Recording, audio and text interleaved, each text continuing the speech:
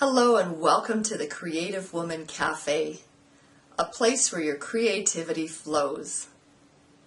One of the components that I teach inside the Creative Woman Cafe is encouraging the creative hermit. And today I'd like to look at things that we can do in each stage of the creative process to encourage our creativity to flow. The first stage of the creative process is called preparation, and it has three parts to it. And the first part is as simple as just defining our issue. And for me, for an example, my issue is that I don't actually know how light falls on the face. And because I'm painting women's faces right now, it would be a whole lot more fun for me if I knew this information.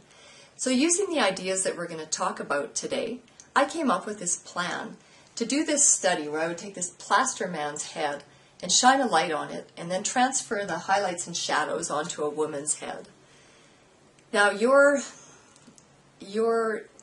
issue may be more related to writing a book or a song, or how about just even with our lives? How about how can I create a more meaningful and enjoyable life?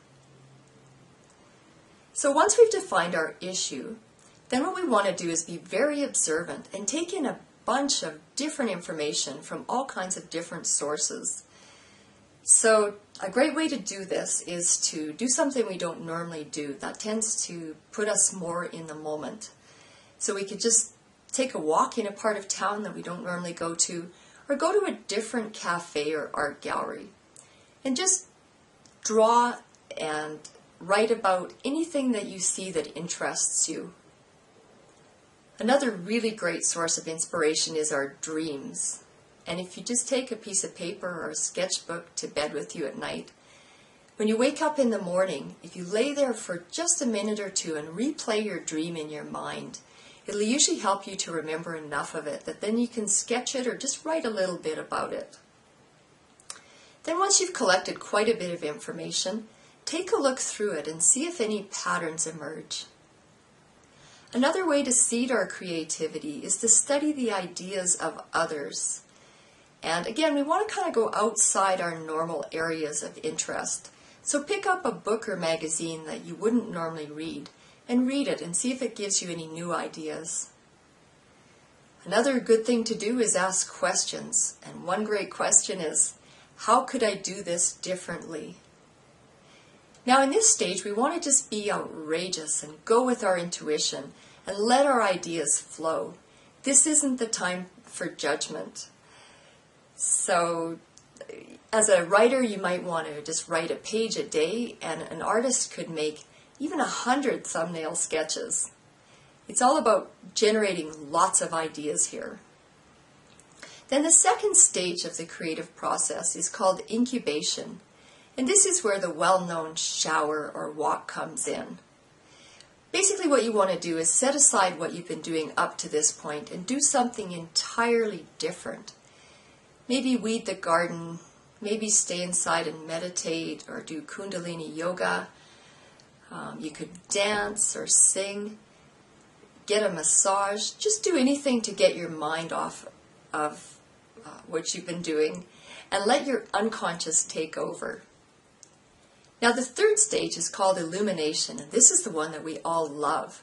This is the aha moment when two different ideas come together and a new idea is born. This is where we get to work. Paint the painting, write the book, write the song, or even make a small change in your life so that it's more enjoyable. Then in the final stage, we take a hard look at what we've created. And we decide if our idea is a keeper or not. I like a quote from Isaac Singer. The wastebasket is a writer's best friend. And it applies equally to all creative endeavors. So celebrate your great ideas and toss out your bad ones. Now I've discussed the creative process as if it happens sequentially, but in actuality, it's much more random, and I just wanted to let you know that. So I hope I've given you some new ideas on how to boost your creativity. And it would be great to hear from all of you what you do to get inspired. So post a comment and let's share with each other new ways that we can seed our creativity. Join us in the Creative Woman Cafe, where we explore the holy grail of creativity and learn to direct our creative flow more productively.